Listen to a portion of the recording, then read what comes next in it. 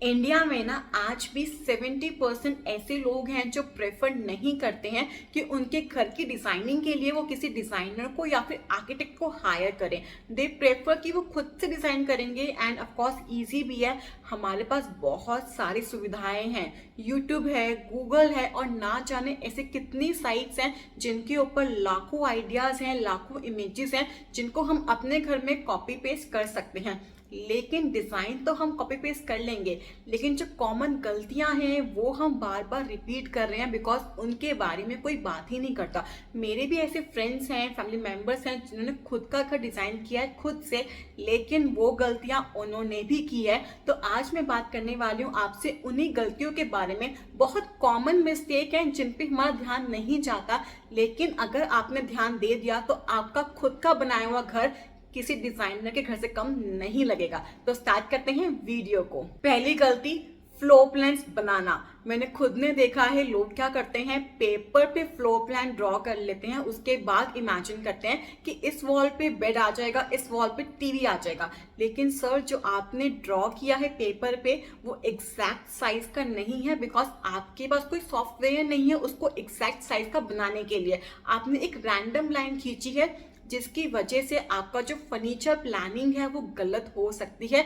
जो आपने ड्रॉ किया है वो एक रैंडम स्केच है एंड आप प्रोपोर्शन में खेल रहे हो। यू नेवर नो कि जिस वॉल की आप बात कर रही हो उस वॉल पे बेड आ भी पाएगा या नहीं आ पाएगा। इसका सबसे आसान तरीका है आप अपनी साइट पे जाओ एंड साइट के फ्लोर पे ना मास्किंग टेप से इमेजिन करो कि बेड कहाँ पे होना चाहिए एंड टीवी कहाँ पे होना चाहिए। मास्किंग टेप की हेल्प से ना आप इजीली अपने बेड को ड्रॉ कर पाएंगे। एक लाइन ही लगानी है आपको जिससे कि आपको बेटर आइडिया मिल जाएगा कि आसपास कितना वॉकिंग स्पेस बचेगा एंड वार्डरोब कैसी लगेगी एंड कितनी बड़ी आ पाएगी।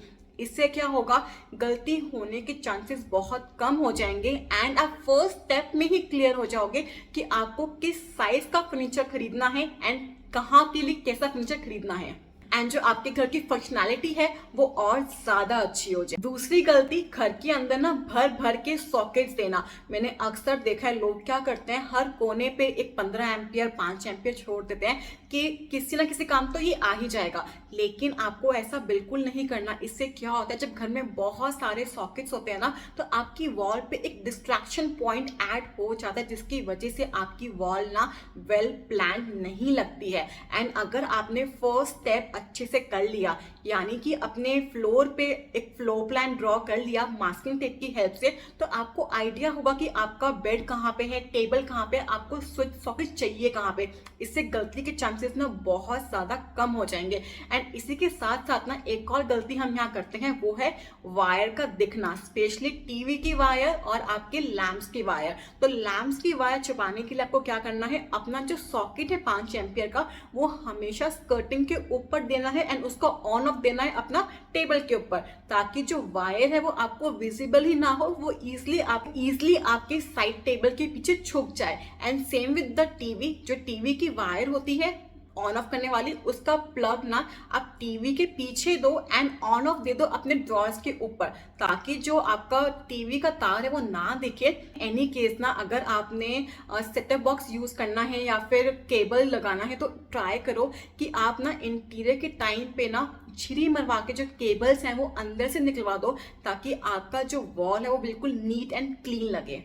थर्ड गलती, बहुत सारे ट्रेंड्स यूज करना। अब नेट सबके पास है तो हम लोग क्या करते हैं, ये वाला पिक्चर अच्छा है तो ये डाइनिंग में कर दिया, ये वाला अच्छा है तो ये लिविंग में कर दिया, बिना ये जाने कि यार ये स्टाइल तो क्लासिकल है और ये स्टाइल तो मॉडर्न है। हम बहुत बार ऐसी गलती करते हैं कि हम पूरे स्पेस को एक तरीके से ट्रीट करते ही नहीं है, जो भी हमें रैंडम पसंद आ रहा है वो अपने घर में पेस्ट कर देते हैं। लेकिन आपको ऐसा नहीं करना। आपको ध्यान रखना है कि आपने अपने लिविंग में क्या यूज किया है, उसकी सिमेट्री में कुछ ऐसा ही आपके ड्राइंग रूम में हो, आपके किचन में हो।